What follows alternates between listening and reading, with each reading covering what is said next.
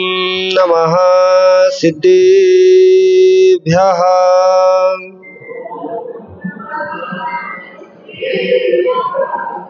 ॐ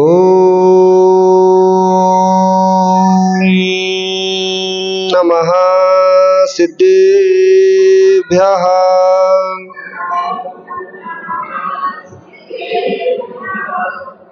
ॐ नमः सिद्धेभ्यः।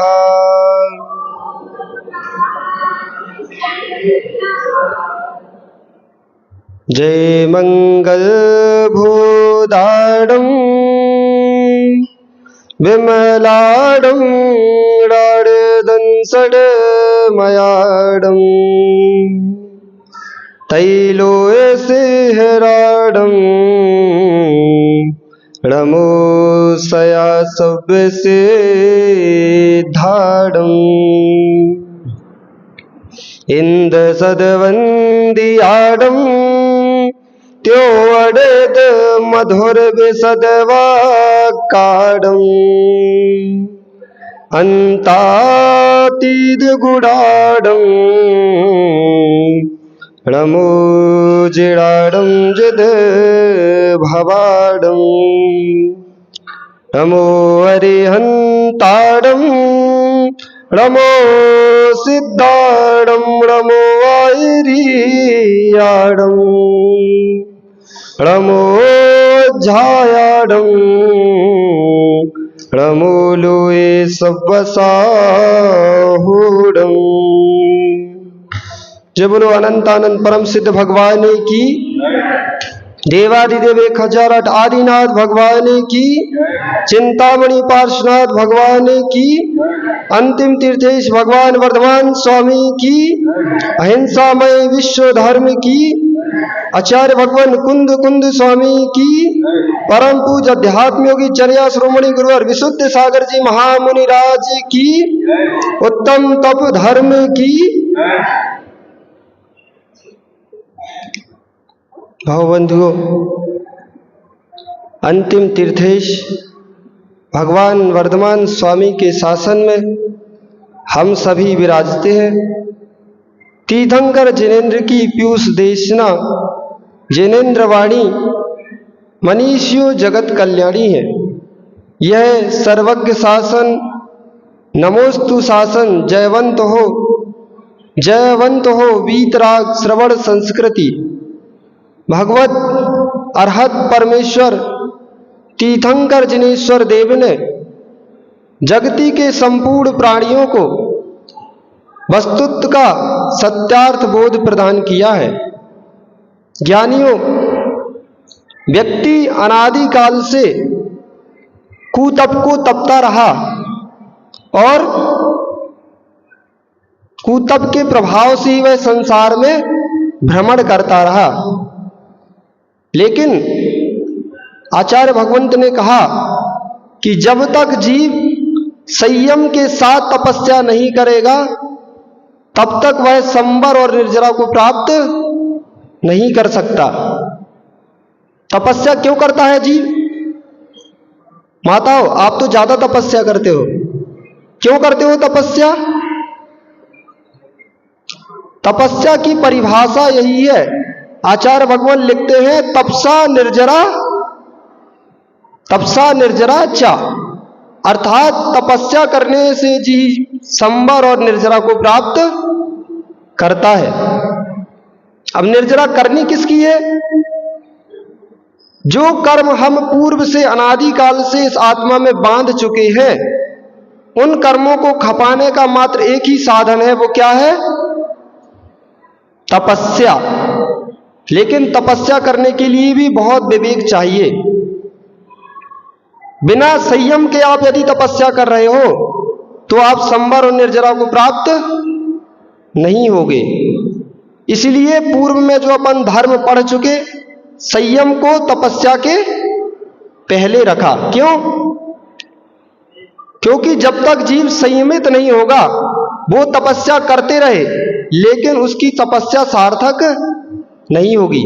हम आपसे ही पूछते हैं, एक जीव तपस्या कर रहा हो, लेकिन ना उसका हिंसा का त्याग हो, ना उसका झूठ बोलने का त्याग हो, ना वो चोरी करने का त्याग हो, ना ब्रह्मचर्य धर्म का पालन करता हो, ना परिग्रह का परिमाण किया हो।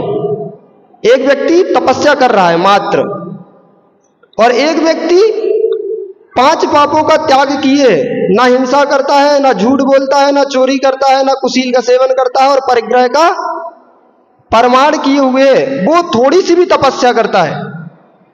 आप ही बताओ कि कौन सा व्यक्ति श्रेष्ठ है? बताओ माताओं।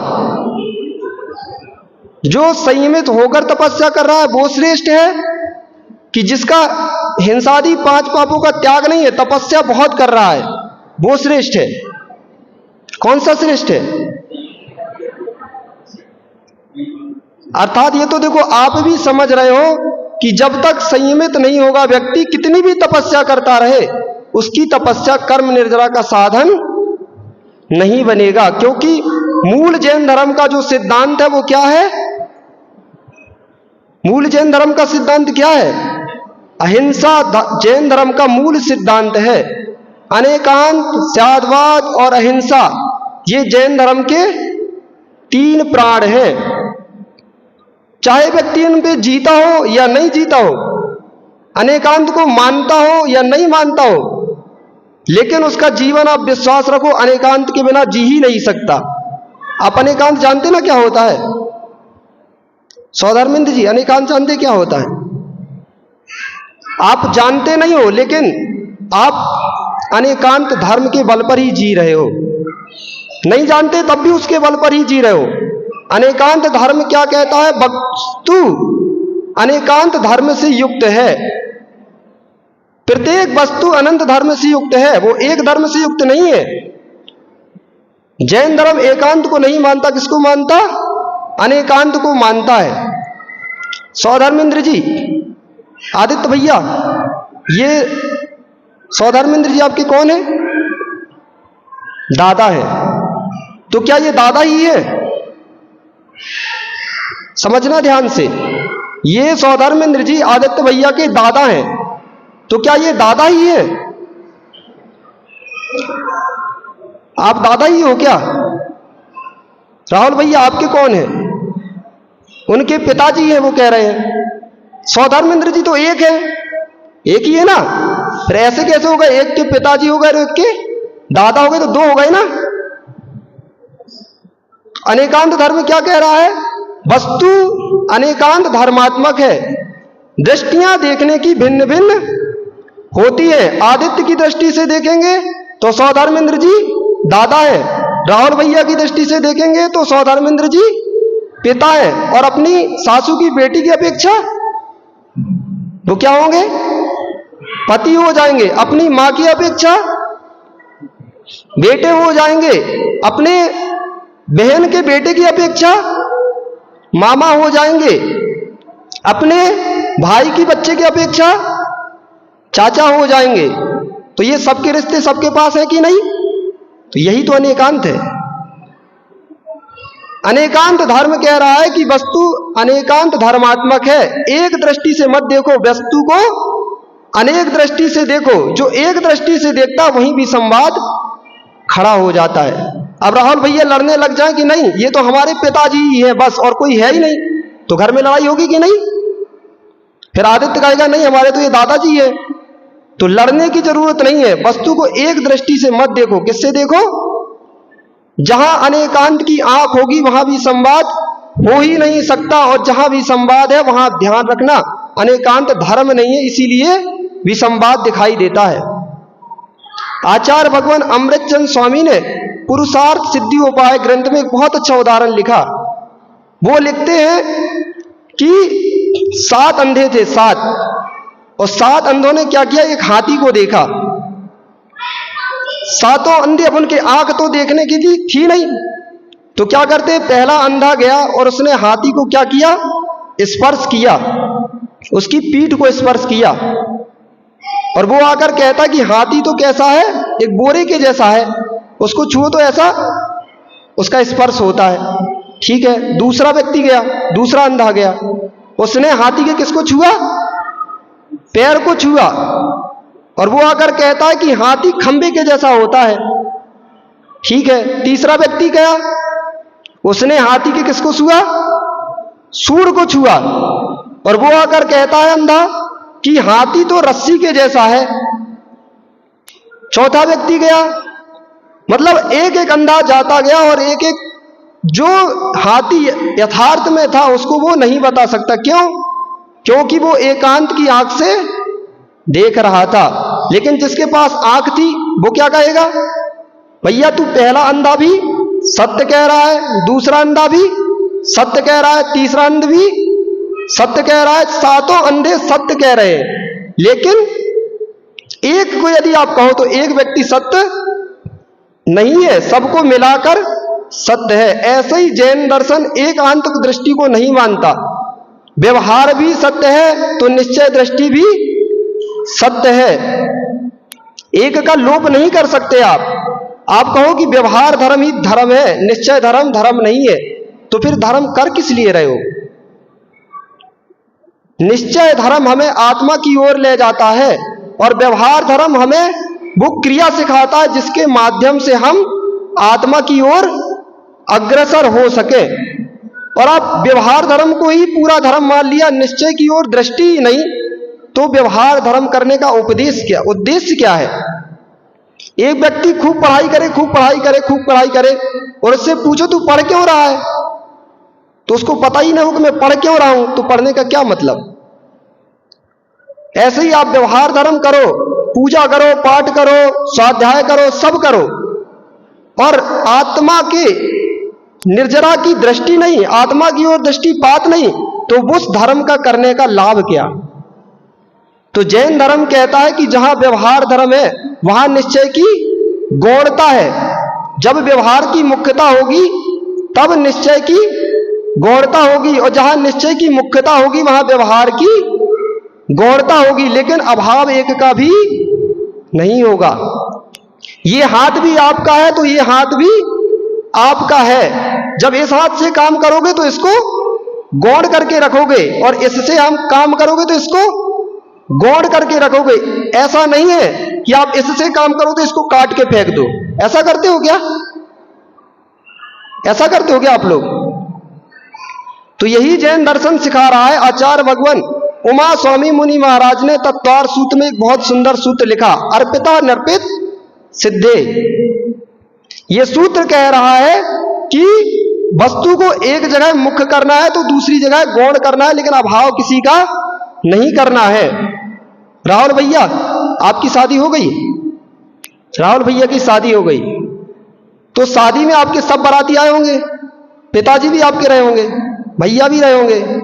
तो देखो राहुल भैया की जब शादी हुई सब लोग आए, पिताजी भी थे, भैया भी थे, लेकिन घोड़े पर कौन बैठा था? हाँ, घोड़े पर राहुल भैया बैठे थे। बताओ, इनको शर्म नहीं आई? पिताजी साथ चल रहे, पिताजी बड़े बड़े भैया बैठे, लेकिन घोड़े पर ये बैठे थे। क्यों? आपको अच्छा नहीं लगा? अच्छा लगा। पिताजी पैदल चल रहे थे, आप घोड़े पर बैठे हुए थे। क्यों? क्योंकि आज मुख्यता किसकी थी? आज मुख्यता किसकी थी? शादी राहुल भैया की थी। तो जैन धर्म कह रहा है कि आज मुख्य कौन था? ये गलत कर रहे थे कि सही कर रहे थे? बताओ। यदि जो उतर जाते पिताजी को बैठा देते घोड़े पर तो क्या होता? सब लोग हंसते कि नहीं? हंसते कि नहीं? तो यही आंख से आपको धर्म को भी देखना है कि कहां किसको गौण करना है, कहां किसको। ये पिताजी का अपमान नहीं कर रहे थे, ये कह रहे थे कि आज मेरी शादी है तो मैं घोड़े पर बैठा हूं। जब पिताजी की शादी हुई थी तो आप बैठे थे, आपके पिताजी आपके पैदल चल रहे थे, तो क्या आप उनका अपमान कर रहे थे?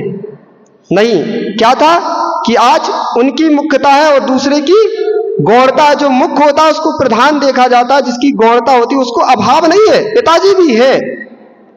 ऐसे ही महावीर जयंती आती है तो आप 24 घंटे सुबह से लेकर शाम तक महावीर भगवान के भजन, महावीर भगवान की जय, महावीर भगवान का अभिषेक, महावीर भगवान की पूजन। तो क्या आदिनाथ भगवान को नहीं मानते आप? मानते हो कि नहीं? तो महावीर भगवान की क्यों उस दिन जय बोली गई? तो यही समझना है विसंवाद। अब एक व्यक्ति आए और लड़ने लग जाए कि अरे तुम आदिनाथ भगवान की जय नहीं बोल रहे, 24 भगवान की जय क्यों नहीं बोल रहे, चंदाप्रभु भगवान की क्यों नहीं जय बोल रहे, क्या वो भगवान नहीं है? तो उसको समझाना पड़ेगा कि भैया आज महावीर भगवान का जन्म दिवस है, उनकी मुख्यता है और आदिनाथ भगवान की आज गौणता है, लेकिन उनका अभाव हम नहीं कर रहे, वो भी हमारे भगवान ही है। बस यही दृष्टि समझ में आ जाए तो विश्वास रखो घर के कलह भी शांत हो जाएं। जैसे घर में क्या होता है, एक बेटा अच्छा कमाता हो, एक बेटा नहीं कमाता हो, तो माँ बाप ज्यादा ध्यान किसको देते हैं? जो कमाता होगा उसकी ओर ज्यादा ध्यान जाएगा। तो जो नहीं कमाता उसको हीन भावना नहीं लानी चाहिए, उसको यही सोचना चाहिए कि भैया क्या करता है, काम करता है, इसलिए इसकी पूछ ज्यादा, इसकी मुख्यता ज्यादा है, लेकिन मेरा अभाव माता पिता ने नहीं किया है। उसको भी पूछ है तो हमारी भी पूछ है, लड़ाई इसी पर तो है। घर में भी लड़ाई है, माँ ने एक लड्डू एक बेटे को एक दिया, दूसरे बेटे को 2 दे दिए, तो लड़ाई होगी कि नहीं? लेकिन वहां यह दृष्टि आनी चाहिए कि अपने पाप पुण्य पर दृष्टि जानी चाहिए कि मेरा एक लड्डू का ही पुण्य था और उसका 2 लड्डू का ही पुण्य था। वहां आपकी ऐसी दृष्टि होगी तो समता बनेगी। देखो आप भी देखते हो हर जीव का पुण्य पाप अलग अलग है। एक घर में रहते हुए भी क्या सबका पुण्य पाप एक सा है क्या?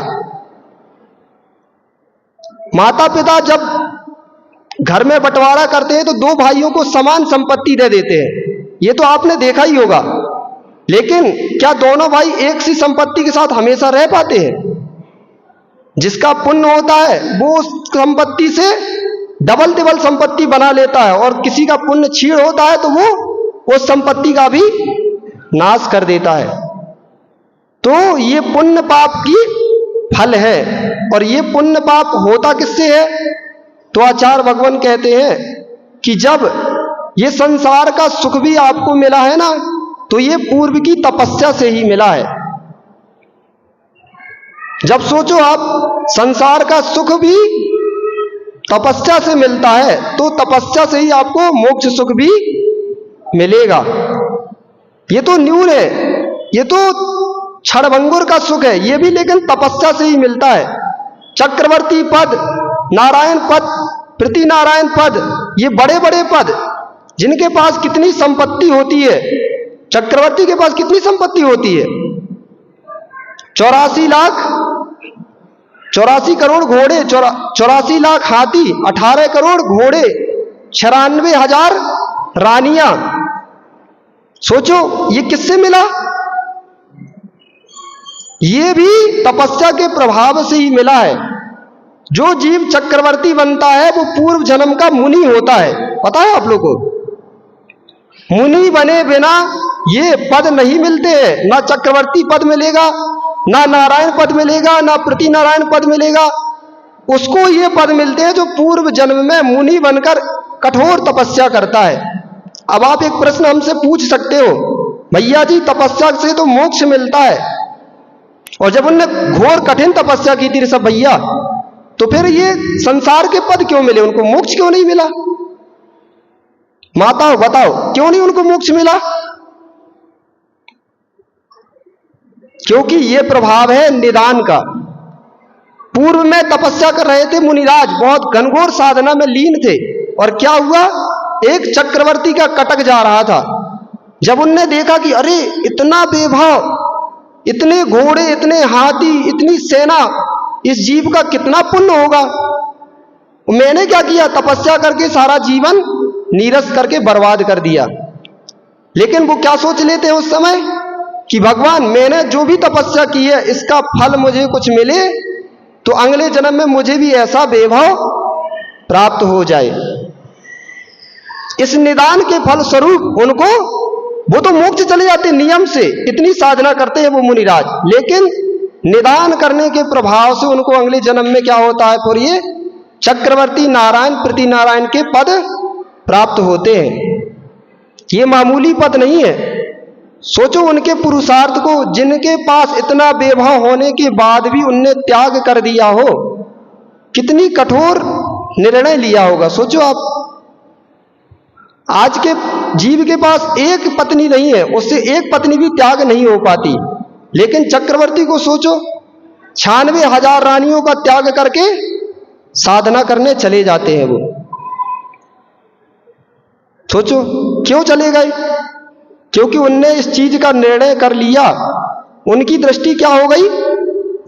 उन्होंने अपनी दृष्टि चकोर के जैसी बना ली, चील के जैसी नहीं। चील की दृष्टि क्या होती है और चकोर की दृष्टि क्या होती है? चकोर कहां होता है? चकोर जमीन में बैठा होता है, लेकिन निहारता कहां पर है? वो आकाश की ओर देखता है कि मुझे आकाश की ओर उड़ना है। और चील कहां होता है? चील आकाश में उड़ता होता है, लेकिन उसकी दृष्टि कहां होती है? घूरे पर पड़े मरे चूहे पर वो दृष्टि रखता है, कहीं तालाब पर मरी मछली की ओर दृष्टि रखता है। तो हमें ये दृष्टि नहीं रखना, हमें अपनी दृष्टि चकोर के जैसी बनाना, चील के जैसी नहीं बनाना। ये मनुष्य भाव हमें मिला है, तो हम किसको निहारे? जमीन में होकर भी हम किसको देखें? किसको देखते हैं? हम सिद्ध भगवान को देखते हैं, अरिहंत भगवान को देखते हैं। उन साधकों की ओर दृष्टिपात करते हैं जिन्होंने इतना वैभव होने के बाद भी संपूर्ण वैभव का त्याग कर दिया था। क्या सोच के त्याग कर दिया? तो आप वैराग्य भावना में पढ़ते हो, जो संसार विषय सुख होता तीर्थंकर क्यों त्यागे, काहे को शिव साधन करते काहे को अनुरागे। क्यों? तीर्थंकर भगवान के पास क्या वैभव की कमी थी? फिर क्यों चले गए तपस्या करने? सब छोड़ के क्यों चले गए? उन्होंने इस बात का निर्णय कर लिया कि इस संसार विषय भोगों में सुख सच्चा सुख नहीं है। क्षणभंगुर सुख प्राप्त होता है। इंद्रिय सुख भोगने के बाद तत्क्षण बाद व्यक्ति पश्चाताप करता है कि मुझे ऐसा नहीं करना चाहिए था, मैंने भाव आवेश में ऐसा कर दिया, लेकिन बाद में वो नियम से पछताता है। इसीलिए आचार्य भगवान कहा करते हैं, जिसने अपने आप को अंतर्मूर्त संभाल लिया वो जीव भविष्य में अपना कल्याण कर लेता है, और जो अंतर्मूर्त अपने आप को नहीं संभाल पाया वो संसार में ही भटकता रह जाता है। क्यों? क्योंकि कसाय का काल कितना है? कसाय का काल कितना है माताओं? कसाय का काल मात्र अंतर्मूर्त ही है, उसके बाद नियम से उपयोग बदल जाता है। इसलिए बुंदेलखंड में एक कहावत है, यदि कोई बनिया का बेटा की लड़ाई हो जाए, क्रोध कसाय भड़क रही हो, वो किसी को मारने के लिए उतारू हो, तो क्या करता है? गड़ी ईंट उखाड़ता है। गड़ी मतलब पड़ी ईंट नहीं उठाता है, जो गड़ी होगी उसको उखाड़ता है। क्यों? जब तक उसको उखाड़ेगा थोड़ा टाइम निकल जाएगा, जब तक टाइम निकल जाएगा जब तक कसाय शांत हो जाएगी और लड़ाई खत्म हो जाएगी। तो बस आपको कसाय जब भी भड़के थोड़ा सा समय दे दो। माताओं, जब आपकी सासू आपको बहुत डांट रही हो, बहुएं ध्यान दे कि जब आपकी सास आपको डांटे तो सासू मां से क्या कहना कि मां ऐसा करो, लड़ने में बहुत ताकत लगती है। लगती कि नहीं? लड़ने में कितनी ताकत लगती है, अपनी एनर्जी बेस्ट होती कि नहीं? तो मां से, अपनी सासू मां से कहना कि मां ऐसा करो, लड़ने के लिए ताकत चाहिए, थोड़ा आप भोजन कराओ, मैं भी भोजन करके आती हूं, फिर उसके बाद अपन आराम से लड़ेंगे। फिर सोचो आप, मां को भी खाना खाने के लिए भेज देना, आप भी भोजन करके आना, फिर आप बताओ कितनी लड़ाई लड़ पाओगी? लड़ दोगी फिर आप? क्यों? क्योंकि आपने क्या किया? समय को टाल दिया और अंतर्मूर्त समय गया तो कसाय गई। जो भाव तत्क्षण थे उस समय ऐसे भाव थे कि ऐसा लग रहा था कि सामने वाले को मार ही दो, लेकिन अंतर्मूर्त गुजर जाने के बाद आप खुद चिंतन करना, आपको खुद लगेगा कि मेरे वो भाव कहां गए, अब खत्म हो गए कि नहीं? वो भाव चले जाते हैं। तो अंतर्मुहूर्त अपनी कसाय को आपको संभालना सीखना है, तभी आप तपस्या कर पाओगे। और कसाय को ही नहीं शांत कर पाए तो आप तपस्या क्या करोगे? तपस्या करोगे और कसाय छोड़ नहीं पाए तो आपके माध्यम से धर्म की हंसी हो जाएगी। इसलिए हमारे आचार्यों ने ये क्रम से बहुत अच्छे धर्म बनाए कि पहले कसायों का त्याग करवाया, हिंसा, झूठ, चोरी, कुशील, परिग्रह, क्रोध, मान, माया, लोभ, इनका त्याग कराने के बाद तपस्या को रखा है। क्यों? क्योंकि तपस्या एक ऐसी वस्तु है जिसके माध्यम से कर्म की निर्जरा होती है। तप को किसकी संज्ञा दी गई है?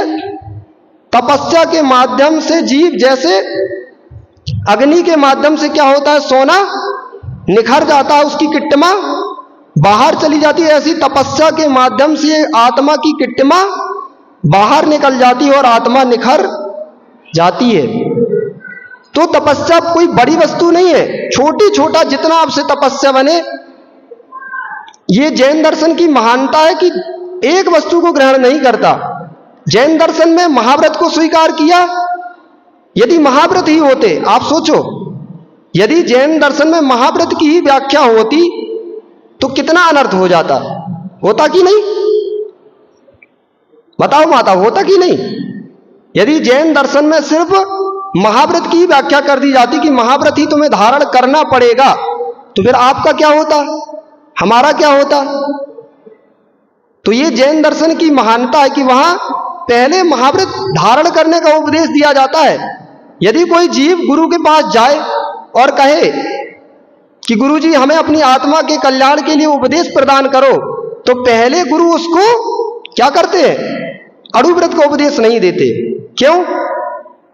यदि शुरू से ही तुमने किसी को नीचा दिखा दिया तो वो ऊपर उठ नहीं पाएगा।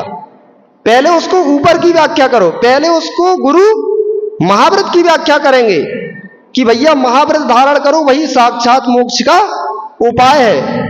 लेकिन जब वो महाव्रत की व्याख्या सुनेगा और वो फिर निवेदन करेगा कि गुरु जी ये महाव्रत धारण करने की मुझ में सामर्थ्य नहीं है, तब गुरु जी उसको अणुव्रत का व्याख्यान देंगे कि ठीक है, तुम महाव्रत धारण नहीं कर सकते तो अपनी शक्ति अनुसार अणुव्रत धारण करो, और अणुव्रत भी धारण नहीं कर सकते तो देव साहस गुरु के प्रति सच्चा श्रद्धांत तो ग्रहण कर ही लो।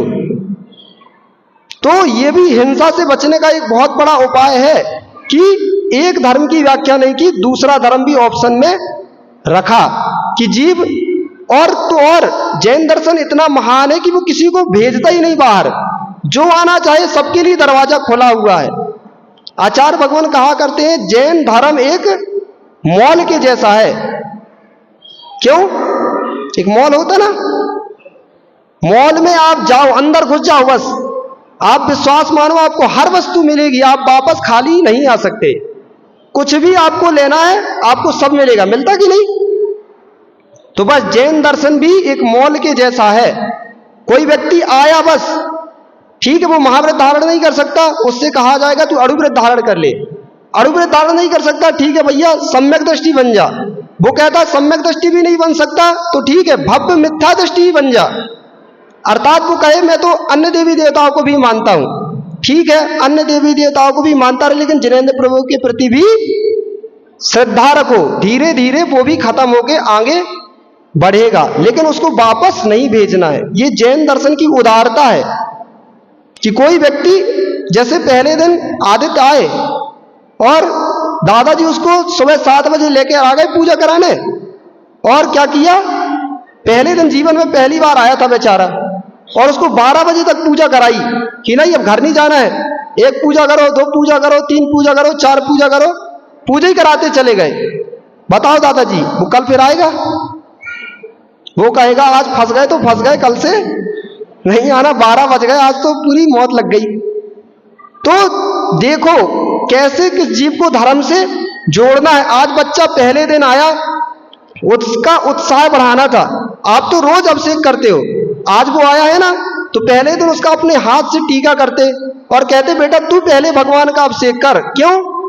तू धन्य है, इतनी सी उम्र में आज भगवान का अभिषेक करने तो आया है।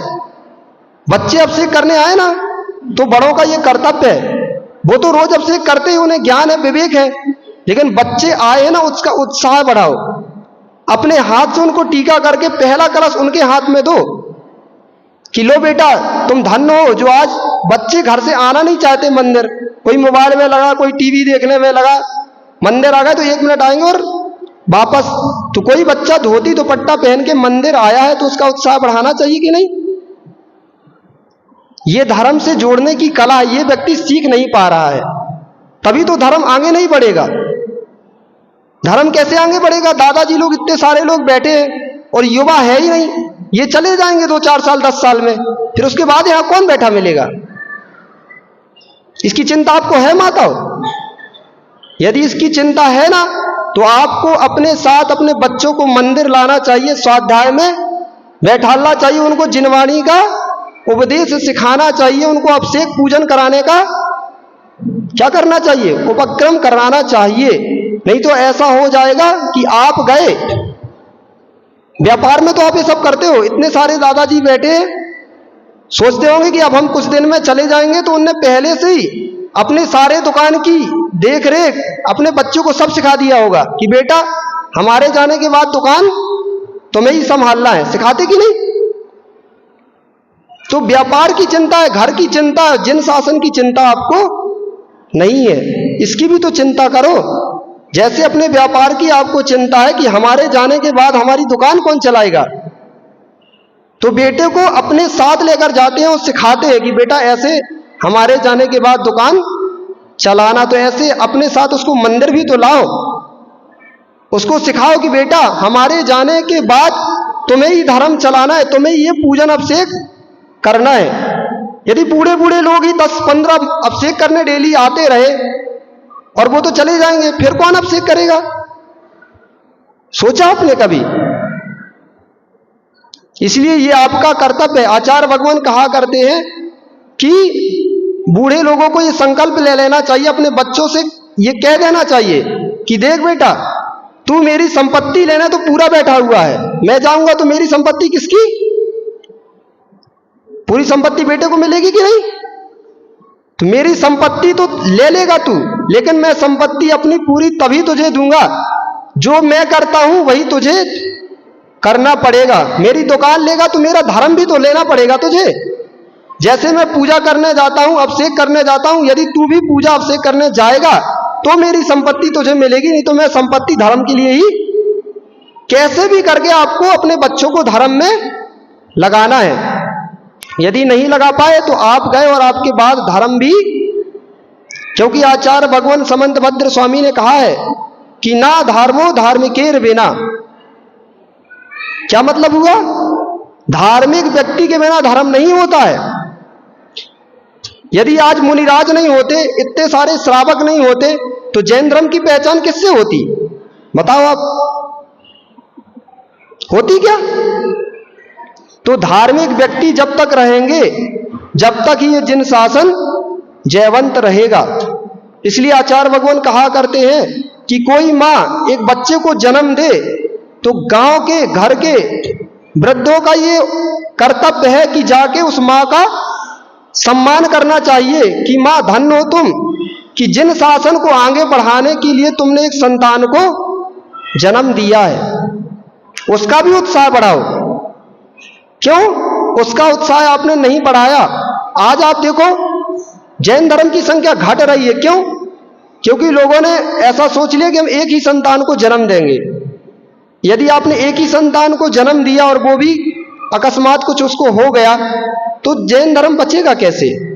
इतने आप मंदिर बना रहे हो, बड़े बड़े तीर्थ बन रहे हैं, और यदि धर्मात्मा व्यक्ति नहीं रहे तो उनमें पूजा पाठ अभिषेक कौन करेगा? मंदिर की शोभा किससे है? इतना बड़ा आपका मंदिर है, वहां एक भी व्यक्ति मंदिर में दिखाई नहीं दे, तो बताओ मंदिर कितना शोभा देगा? देगा क्या? तो मंदिर है तो मंदिर में जाने वाले व्यक्ति भी होना चाहिए। और मंदिर में जाने वाले व्यक्ति होंगे कब? जब आप अपने साथ अपने बच्चों को भी मंदिर लेकर आएंगे, तब हमारा जैन धर्म जिन शासन आगे बढ़ेगा। इसलिए आचार्य भगवान कहा करते हैं लड़कों को जन्म मत दो। किसको जन्म दो? संतान को जन्म दो। लड़कों को क्यों? लड़के आचार्य जी कहा करते हैं लड़के वो हैं जो लड़ लड़ के अपने माँ बाप को घर से बाहर निकाल दे। वो कौन है? लड़के, तो लड़कों को जन्म दोगे क्या आप? किसको जन्म देना है? संतान को जन्म देना है जो हमारे सनातन धर्म को आगे लेकर जाए। ऐसी संतान को जन्म दो, ऐसे संतान को अपने संस्कार दो, तब हमारा धर्म आगे जयवंत हो पाएगा। अभी ये जिन शासन पता है कितना चल रहा है? ये पंचम काल कितना है पता है आपको? कितने समय का है पंचम काल? 21,000 वर्ष का है ये पंचम काल। और अभी कितना समय निकला है? वीर निर्वाण संवत 2550, अभी 2500 वर्ष हुए। अभी जिन शासन को 18,500 वर्ष तक चल रहा है। सोचो चलेगा कि नहीं? जब तक इस भारत भूमि पर आपको रोटी खाने के लिए मिल रही है तब तक जैन धर्म का नाश नहीं हो सकता। विश्वास मानो, जैन धर्म पंचम काल की अंतिम सांस तक रहेगा। जिस दिन ये अग्नि का लोप हो जाएगा उस दिन जैन धर्म का भी क्या हो जाएगा? पंचम काल से समाप्त हो जाएगा। इसलिए ये हमारा आपका कर्तव्य है कि जितना बने आप अपना सहयोग जिन शासन को आगे बढ़ाने में दो, क्योंकि सम्यक दृष्टि का एक अंग, सम्यक दृष्टि के कितने अंग है? सम्यक दृष्टि के कितने अंग है?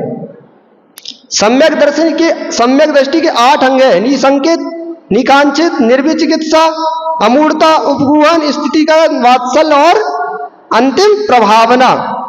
तो ये प्रभावना अंग आपसे कह रहा है कि आपसे जितना बने अपने धर्म की क्या करो? प्रभावना करो। आपके माध्यम से थोड़ी सी प्रभावना हो रही है तो वो भी आप कम से कम सहयोग तो कर रहे हो। एक जगह बहुत आग लग गई और बहुत बड़े बड़े व्यक्ति बाल्टियों से पानी फेंक रहे थे और एक चिड़िया क्या कर रही थी? अपनी चोंच से एक बूंद पानी लेकर तालाब से आ रही थी और उस आग में डाल रही थी।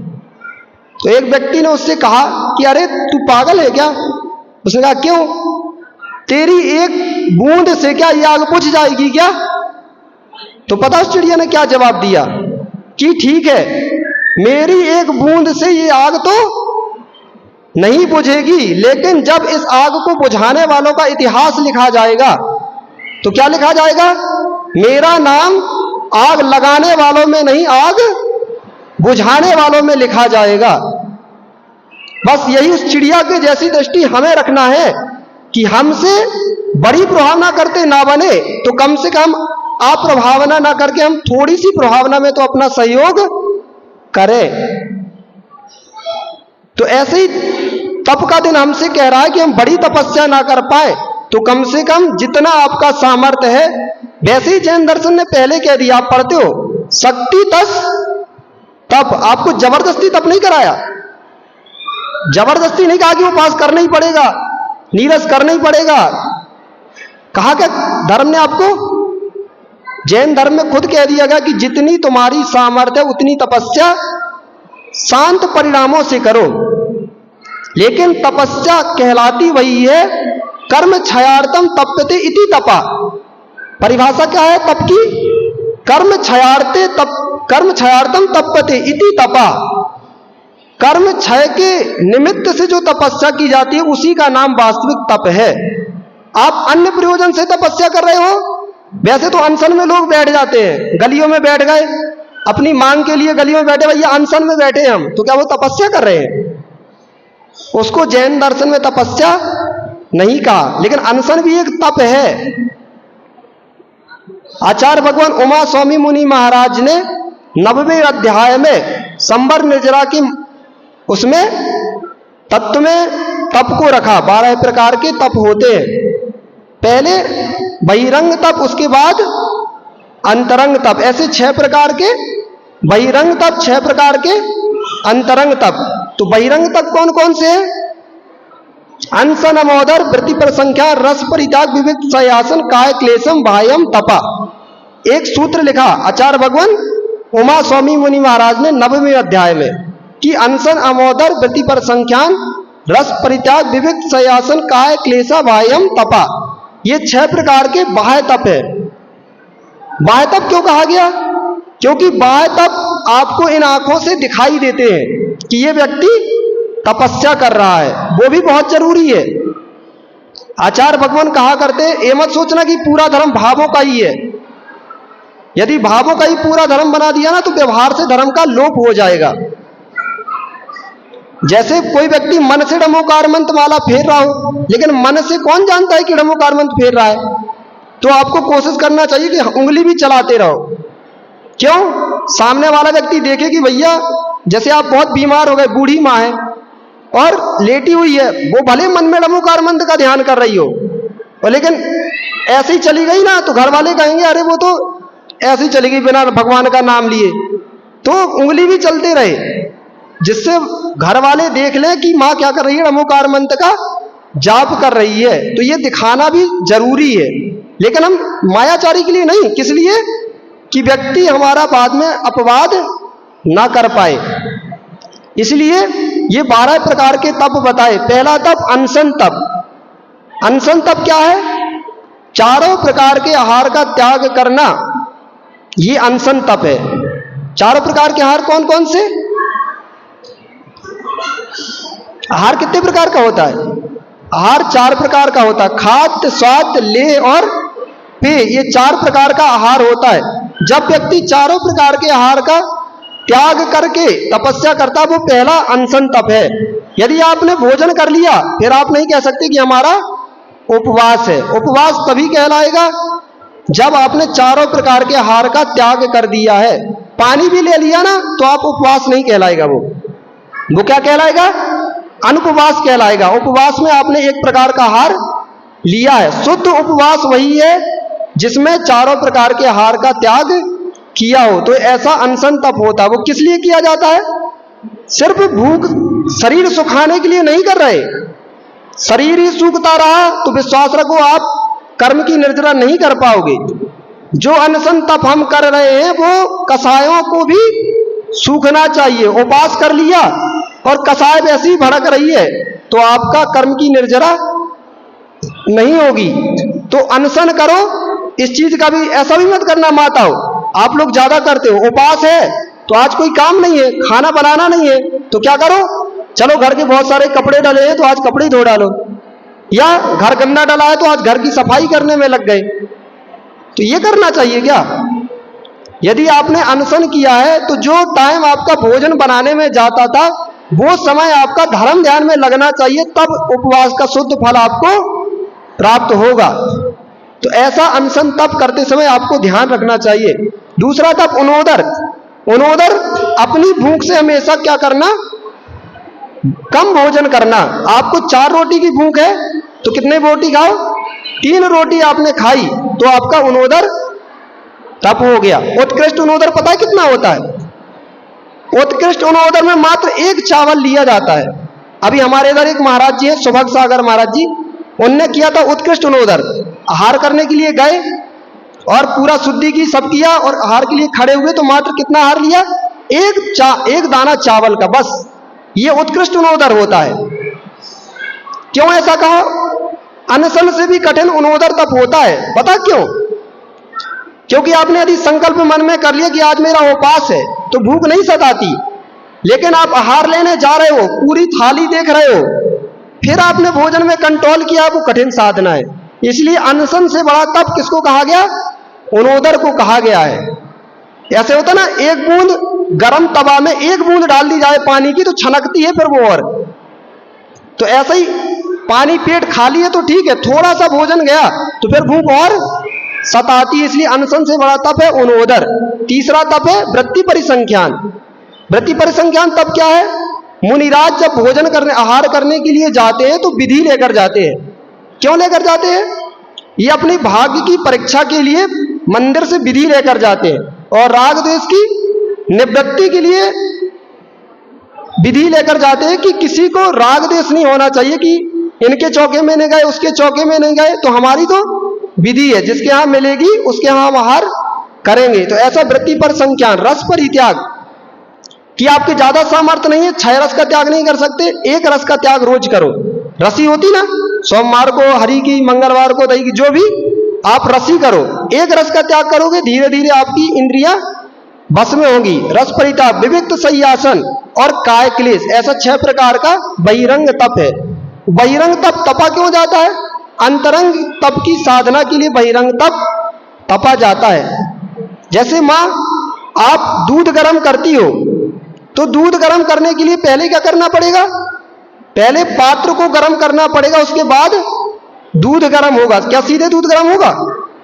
पहले पात्र गर्म होगा, उसके बाद दूध गर्म होगा। ऐसे ही पहले बहिरंग तपस्या होगी, उसके बाद अंतरंग तपस्या की ओर व्यक्ति बढ़ता है। और अंतरंग तप 6 प्रकार का है। कौन सा? प्रायश्चित, विनय, वैयावृत्ति, स्वाध्याय, वित्सर्ग और ध्यान।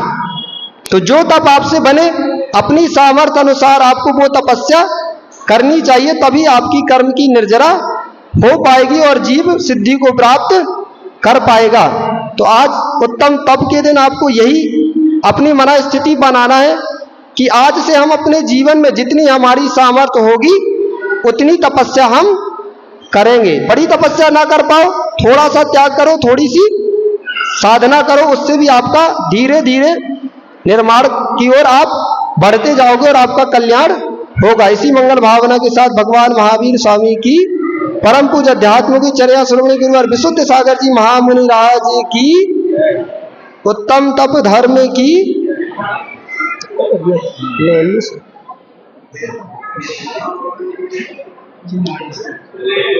जावाड़ी के ज्ञान ते सूझे लोकालो, सोवाड़े मस्तक नमो सदा देते धो। हे जिनवाड़ी भारती तो है जपो दिन रैन, जो तेरे शरणा गए सो पावे सुख चैन।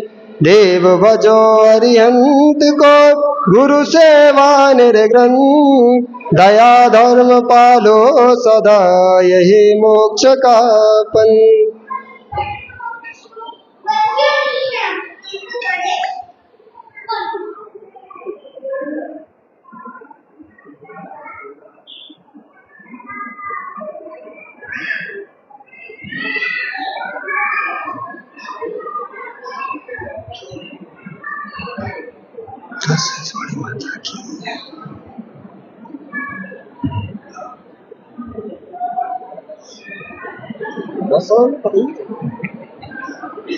अच्छा भाई तो बताइए